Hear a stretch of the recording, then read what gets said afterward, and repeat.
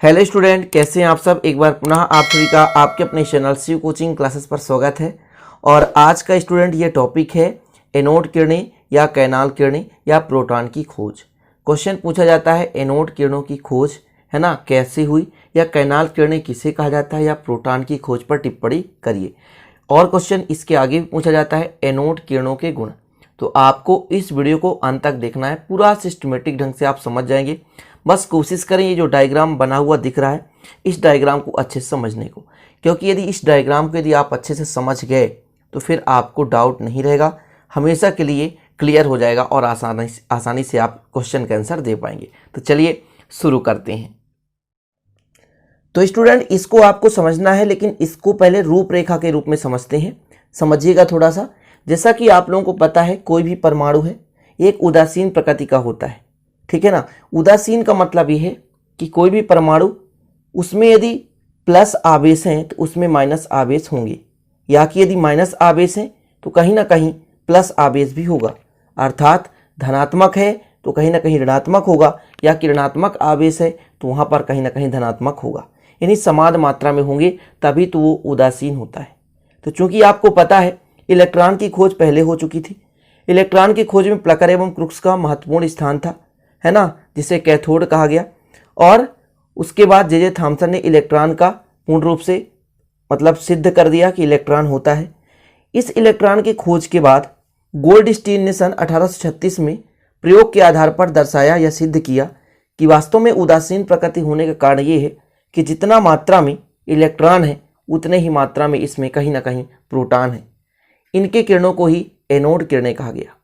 उदासीनता का कारण ये है कि इलेक्ट्रॉन में माइनस आवेश है और इसमें धन आवेश वाले प्रोटॉन होते हैं, जिसके कारण से कोई परमाणु उदासीन होता है, ठीक है ना। तो इसके प्रयोग को आपको कैसे लिखना है ये आपको समझना जरूरी है। तो आपको लिखना है स्टूडेंट कि कोई भी परमाणु विद्युत प्रकृति का उदासीन होता है। कैसा होता है? उदासीन होता है ना। यदि विसर्जन नली में गैसों के परमाणु में ऋणावेशित इलेक्ट्रॉन उत्पन्न होते हैं तो इससे आभास हो जाता है कि परमाणु में निश्चित रूप से धनावेशित कण भी उपस्थित होंगे। पहले इलेक्ट्रॉन की खोज हो चुकी थी, तो यदि परमाणु में ऋणावेशित इलेक्ट्रॉनों के उत्पन्न होने से हमें ये आभास हो जाता है कि कहीं ना कहीं परमाणु में निश्चित रूप से कुछ धनावेशित कण भी उपस्थित होंगे। इस बात को सर्वप्रथम 1836 में गोल्डस्टीन ने साबित किया, यानी बताया। उन्होंने क्या किया कि विसर्जन नली ली और उसमें बाह्य परिपथ के माध्यम से दोनों इलेक्ट्रोडों के बीच उच्च वोल्टेज उत्पन्न किया। ध्यान देना यहाँ पे और कि विसर्जन नली में उन्होंने जो कैथोड लिया वो छिद्रयुक्त कैथोड लिया। कैसा कैथोड लिया? छिद्रयुक्त कैथोड लिया। और फिर किसी भी बाह्य परिपथ में से इन दोनों इलेक्ट्रोडों के बीच उच्च वोल्टेज आरोपित किया तथा विसर्जन नली के अंदर दाब कम कर दिया। ये निर्वात पंप लगा हुआ है ना। क्योंकि आप प्लकर एवं क्रुक्स में पढ़ ही चुके हैं कि हमने क्या लिया था, एक विसर्जन नली और उसमें से दो इलेक्ट्रोड लगाया। दोनों इलेक्ट्रोडों के बीच कुछ बाह्य परिपथ के माध्यम से क्या कर दिए, उच्च वोल्टेज आरोपित कर दिया, जिससे उसमें से कुछ किरणें निकलकर कहाँ से चल रही थी? कैथोड से एनोड की ओर चल रही थी, जिसे हम क्या कहे, कैथोड किरण कहे या इलेक्ट्रॉन कहे। अब आज हम पढ़ रहे हैं कैथोड किरणें, है ना, सॉरी एनोड किरणें। तो इस पे आपको लिखना है स्टूडेंट कि सन 1836 में गोल्डस्टीन ने विसर्जन नलिका के प्रयोग छिद्रयुक्त कैथोड का प्रयोग किया। उन्होंने निम्न दाब पर किसी बाह्य परिपथ के माध्यम से दोनों इलेक्ट्रोडों के बीच उच्च वोल्टेज आरोपित की। तो देखा कि पहले तो कुछ किरणें कैथोड से निकल करके एनोड की ओर जा रहे हैं, लेकिन कुछ समय पश्चात उन्होंने देखा कि कुछ किरणें एनोड से भी निकलती हैं और कैथोड की ओर जा रही हैं, जो कि छिद्रयुक्त कैथोड को पार कर जाती हैं। कैथोड के विपरीत चल रहे हैं, कहाँ से? एनोड से कैथोड की ओर चल रहे हैं, जो कि छिद्रयुक्त कैथोड को पार कर जाते हैं। और ये छिद्रयुक्त कैथोड को पार कर जाते हैं, इसलिए इन्हें कैनाल किरणें भी कहा जाता है, कैनाल रेज, ठीक है ना। तो उन्होंने बताया कि ये जो किरणें एनोड से निकलती हैं और कैथोड की ओर चलती हैं, ये धनावेशित कणों से मिलकर बनी होती हैं, इसलिए इन्होंने धनात्मक किरणें या एनोड किरणें या कैनाल किरणें कहा गया। सिंपल तरीके से, है ना।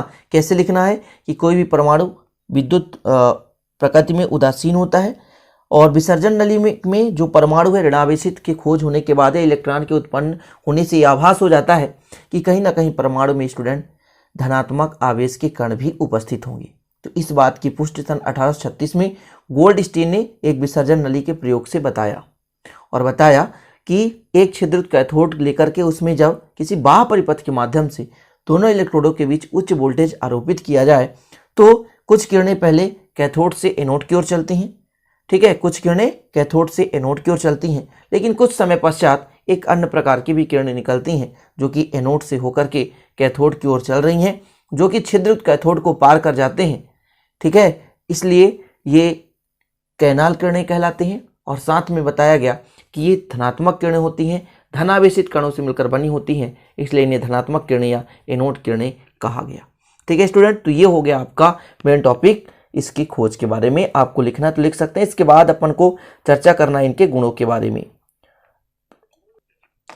तो ये आपको खोज के बारे में लिखना है तो लिख सकते हैं कि परमाणु की विद्युतीय प्रकृति उदासीन होता है। विसर्ग नली के परमाणु में ऋणावेशित इलेक्ट्रॉनों के उत्पन्न होने से यह आभास हो जाता है कि परमाणु में निश्चित रूप से कुछ धनावेशित कण की उपस्थिति में होते हैं। इस बात को सर्वप्रथम 1836 में गोल्डस्टीन ने विसर्जन नलिका के प्रयोग में छिद्रित कैथोड का उपयोग करके साबित कर दिया। निम्न दाब पर जब इलेक्ट्रॉनिक डिस्चार्ज उत्पन्न किया, कहने का मतलब दोनों इलेक्ट्रोडों के बीच उच्च वोल्टेज आरोपित की, है ना, तो उसमें क्या देखा कि कुछ किरणें कहाँ से, अन्य प्रकार की किरणें होती जो एनोड से कैथोड की ओर चलती हैं, जिन्हें एनोड किरणें कहा गया। और इनको ही कैनाल किरणें या धनात्मक किरणें कहते हैं क्योंकि धनावेश से मिलकर बने होते हैं। ठीक है, तो स्टूडेंट ये अपना मेन टॉपिक हो गया जो कि एनोड किरणों की खोज या कैनाल किरणों की खोज या प्रोटॉन की खोज हो चुकी है। अब इसमें कुछ आपको गुण लिखना है। गुण में क्या लिखना है कि इनका वेग, जैसे देखिए एनोड से निकल करके कहाँ की ओर चल रहे हैं, कैथोड की ओर चल रहे हैं, तो इनका वेग है ना अत्यधिक होता है और ये हमेशा सीधी रेखा में गमन करती हैं। सीधी रेखा में मतलब है ना कभी भी मुड़ते नहीं है, तेजी गति से सीधी रेखा में गमन करते हैं। ये पहला हो गया। अब दूसरा नंबर ये हो गया कि यदि इसके पथ पे कोई वस्तु रख दिया जाए, जैसे यहाँ से निकल रही है, तो यदि इसके पथ पे कोई वस्तु रख दिया जाए तो उसकी परछाई प्राप्त होती है, मतलब दूसरे साइड उसका प्रतिबिंब बन जाता है। और स्टूडेंट यदि इसके किरणों के पथ में कोई हल्के पंखे नुमा चक्र रख दिया जाए तो घूमने लगता है। क्यों? क्योंकि इनका वेग तेजी गति से होता है। जैसे आप लोग कभी भी आम के पत्ते का है ना छोटा सा पंख बनाया होगा और हवा में उसको उड़ाया होगा, देखे होंगे तो उड़ता है। तो इसी प्रकार से यदि यहाँ पर एक छोटी सी पंखी रख दी जाए, अर्थात पंखी नुमा चक्र रख दिया जाए, तो वह घूमने लगता है, जिससे यह प्रमाणित होता है कि किरणें में भी कणीय प्रकृति होते हैं तथा द्रव्य कणों से मिलकर बनी होती हैं। अगला गुण आपको लिखना है कि ये फोटोग्राफिक प्लेट को प्रभावित करती हैं। कम से कम 5 गुण आपसे बनना चाहिए, ठीक है ना, आपसे 5 गुण बनना चाहिए। क्वेश्चन आ जाएगा कि एनोड किरणों के गुण, तो पहला नंबर लिख देना है ये हमेशा सीधी रेखा में गमन करती हैं। दूसरा नंबर लिख देना है यदि इसके पथ पे कोई वस्तु रख दिया जाए तो परछाई प्राप्त होता है। तीसरा लिख देना है कि यदि इनके किरणों के पथ पर कोई हल्के पंखीनुमा चक्र रख दिया जाए तो ये घूमने लगते हैं, जिससे पता चलता है कि ये द्रव्य कणों से मिलकर बने होते हैं तथा ये फोटोग्राफिक प्लेट को प्रभावित करते हैं। ठीक है ना। आगे लिख देना है कि ये किरणें जो हैं पतली धातु की पत्ती को भेद कर देती हैं, मतलब इन किरणों के पथ पे यदि पतली धातु रख दी जाए तो ये किरणें आसानी से इसको क्या कर देती हैं, भेद कर देती हैं। ठीक है स्टूडेंट, अर्थात इनकी जो भेदन क्षमता है कैथोड किरणों से थोड़ी सी कम होती है, लेकिन फिर भी जो है भेदन क्षमता इनके पास होती है। और अगला लिख लेना है कि यदि इन किरणों को किसी विद्युत क्षेत्र से गुजार दिया जाए, विद्युत क्षेत्र जैसा कि ये आपको पता है कि ये एनोड हो गया, एनोड मतलब धन, तो विद्युत क्षेत्र से गुजारा जाए तो यदि ऋणात्मक सिरे से पास से जाएगा तो वो विक्षेपित हो जाएगा। सिंपल है, यदि कोई धनावेशित कण है यदि ऋणावेशित कण के पास में जाएगा तो विक्षेपित होगा। तो मतलब यदि इसको विद्युत क्षेत्र से गुजारा जाए स्टूडेंट तो हमेशा क्या होता है, विक्षेपित हो जाता है। तो कम से कम 4-5 आपको तैयार कर लेना है। और आगे एक और लिख लें कि इन किरणों के द्वारा जो गैस के अणु हैं आयनित हो जाते हैं।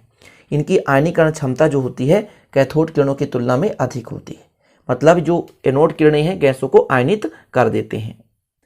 तो 5 आसानी से गुण लिख सकते हैं। छोटे छोटे कौन कौन से हैं? ये किरणें गैसों को आयनित कर देती हैं, पतली धातु के पत्ती को भेद सकती हैं, ये फोटोग्राफिक प्लेट को प्रभावित करती हैं, ये धनावेशित कणों से मिलकर बनी होती हैं। ठीक है, ये गुण है, छोटे छोटे गुण हैं। ये हमेशा सीधी रेखा में गमन करती हैं। यदि इनके पथ पर कोई वस्तु रख दिया जाए तो परछाई प्राप्त होता है ना। यदि इन किरणों के पथ पे कोई हल्का पंखीनुमा चक्र रख दिया जाए तो वो चक्र घूमने लगता है। तो इस प्रकार से छोटे छोटे जो गुण हैं उनको तो याद ही कर लेना। तो आज का जो टॉपिक है टॉपिक था एनोड किरणें अथवा कैनाल किरणें या प्रोटॉन की खोज। तो आशा करता हूँ स्टूडेंट इसे आप अच्छे से तैयार कर लोगे। तो चलते हैं, इजाज़त दीजिए। यदि नोट्स परचेज करना है तो प्लीज़ 9685299149 पर कंटेक्ट कीजिए, 9685299149 पर 11th 12th फिजिक्स केमिस्ट्री या बायोलॉजी के नोट्स 100 रुपये में एक सब्जेक्ट के पूरे आपको दिए जाएंगे। तो मिलते हैं अगले वीडियो में स्टूडेंट, तब तक के लिए जय हिंद, वंदे मातरम।